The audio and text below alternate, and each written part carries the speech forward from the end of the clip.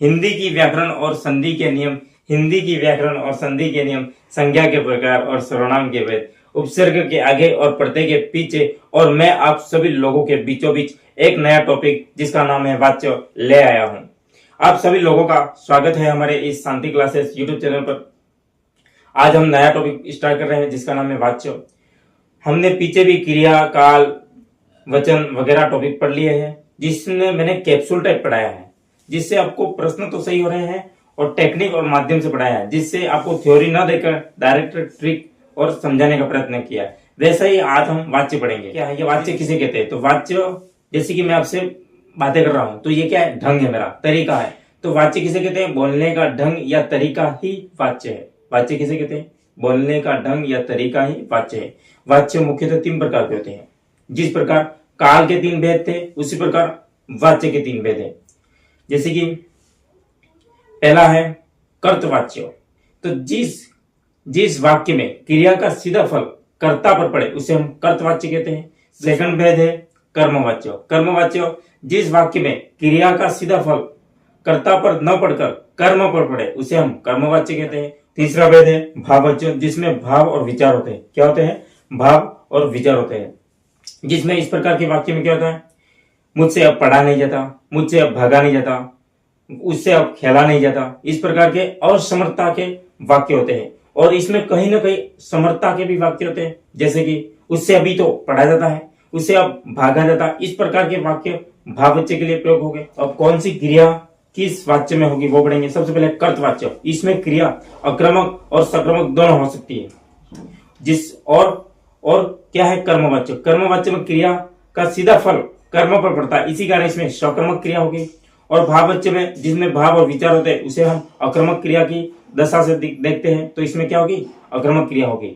अब हम आगे बढ़ते हैं। वाच्य का अर्थ है, वाच्य 3 प्रकार के होते हैं। वाच्य का अर्थ क्या है? वाच्य का अर्थ क्या है? वाच्य बोलने का ढंग या तरीका, इसका अर्थ है। वाच्य का अर्थ है बोलने का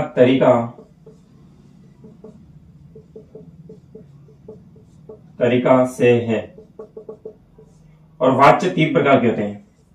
पहला कर्तवाच्य, दूसरा कर्मवाच्य, तीसरा भाववाच्य। अब हम पढ़ेंगे कर्तवाच्य। हमने पढ़ लिया था, लेकिन नोट्स के रूप में मैंने आपको विश्लेषण किया है। जब वाक्य में प्रयुक्त क्रिया का सीधा और प्रधान संबंध कर्ता से होता है, अर्थात क्रिया के वचन कर्ता के अनुसार प्रयुक्त होते हैं, उसे हम कर्तवाच्य कहते हैं। इसका अर्थ मैं आपको शॉर्ट के माध्यम से समझाऊं तो इसका अर्थ है वाक्य में क्रिया का सीधा फल कर्ता पर पड़े। यहां से टेक्निक आप समझ सकते हो। कर्तवाच्य तो क से कर्त, क से कर्ता, इस प्रकार आपको समझना है कि कर्ता पर सीधा फल पड़े, सीधा प्रभाव पड़े। अर्थात तो वाक्य में क्रिया का सीधा फल या प्रभाव कर्ता पर पड़े उसे हम कर्तवाच्य कहते हैं। ठीक है। कर्तवाच्य में क्रिया आक्रमक तथा सक्रमक दोनों हो सकती है, जो कि मैंने आपको पहले समझा दिया था, बता दिया था। प्राकृतिक क्रिया वाले वाक्य में कर्तवाच्य होता है। प्राकृतिक क्रिया में क्या हो सकता है? प्राकृतिक क्रिया मतलब अभी सूरज निकला है, हवा चल रही है, दोपहर में धूप आएगी, मतलब जो प्राकृतिक क्रिया है, हवा चल रही है। तो इस प्रकार क्रिया, प्राकृतिक क्रिया सदैव कर्तवाच्य होगी, न कि कर्मवाच्य भी नहीं होगी और भाववाच्य तो हो ही नहीं सकती। क्योंकि अब बात करते हैं, इसमें एक नोट के माध्यम से मैंने आपको बताया है, अगर आपको वाच्य का प्रश्न आए एग्जाम में और इस वाक्य में नए शब्द का प्रयोग हुआ है या नए पर्सन का प्रयोग हुआ है, तो समझना वो 100% कर्तवाच्य होगा या कर्ता पर सीधा प्रभाव पड़ रहा है उस वाक्य में, तो कर्तवाच्य होगा जिस वाक्य में नए पर्सन का प्रयोग हुआ है। ठीक है। यह 100% कार्य करेगी टेक्निक। ठीक है। तो प्राकृतिक क्रिया बिल्कुल आप देख सकते हो एग्जाम्पल के माध्यम से। भारत ने एक नया उपग्रह छोड़ा। अब आपको विश्लेषण करने की आवश्यकता नहीं है, आप देखेंगे नए पर्सन का प्रयोग हुआ है और वाच्य का प्रश्न है, तो ये 100% कर्तवाच्य होगा। हवा चल रही है, तो ये प्राकृतिक क्रिया है। कैसी क्रिया है? प्राकृतिक क्रिया है। तो प्राकृतिक क्रिया सदैव कहाँ आएगी? कर्तवाच्य में आएगी। हनुमान ने लंका जलाई, और जिस वाक्य में नए पर्सन का प्रयोग होगा वो हमेशा कर्तवाच्य होगा। ये मैंने आपको ट्रिक बता दी है। अध्यापक लेख लिखता है, तो मैंने कहा कौन लेख लिखता है, तो मैंने कहा अध्यापक। तो कर्ता पर सीधा प्रभाव पड़ रहा है, तो ये भी कर्तवाच्य होगा। किसान खेत जोत रहा है, कौन खेत जोत रहा है, तो आपने देखा सर किसान खेत जोत रहा है, तो कर्ता कौन है, ये तो कर्म हो गया ना, लेख लिखना, पढ़ना, बोलना, ये तो कर्म हो गया। लेकिन कौन कर रहा है, तो वो कर्ता हो गया। कार्य करने वाला कर्ता होता है, और जो कार्य हो रहा है उसे हम कर्म कहते हैं। तो किसान क्या हो गया, कर्ता हो गया। क्या हो गया, कर्ता। और इसी कारणवश यह कर्तवाच्य होगा।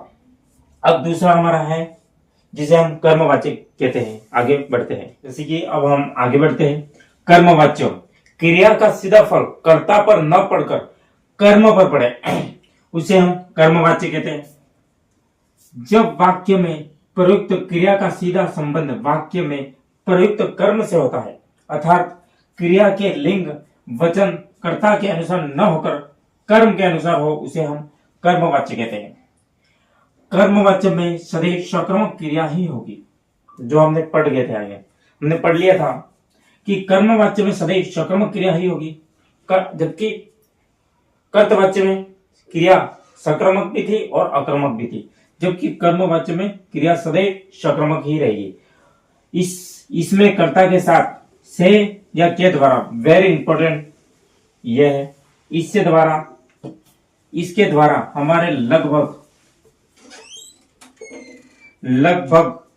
99% राइट हो जाएंगे, और यही आता है। ठीक है, जैसे कि उदाहरण के माध्यम से समझते हैं। छात्रों के द्वारा वाच्य पढ़ा गया, क्या आया, ए द्वारा आया, क्या होगा, कर्मवाच्य। अध्यापक द्वारा लेख लिखा जाता है, क्या आया, द्वारा आया, क्या आया, द्वारा आया है।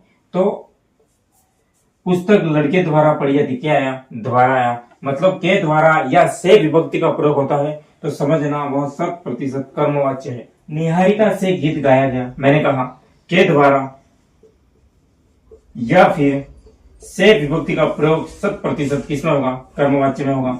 रमेश के द्वारा चित्र बनाया गया, तो के द्वारा का प्रयोग हुआ, तो क्या हुआ, कर्मवाच्य होगा। अब हम पढ़ेंगे भाववाच्य। भाववाच्य जिसमें सदैव आक्रामक क्रिया होगी, क्या होगी, आक्रामक क्रिया होगी।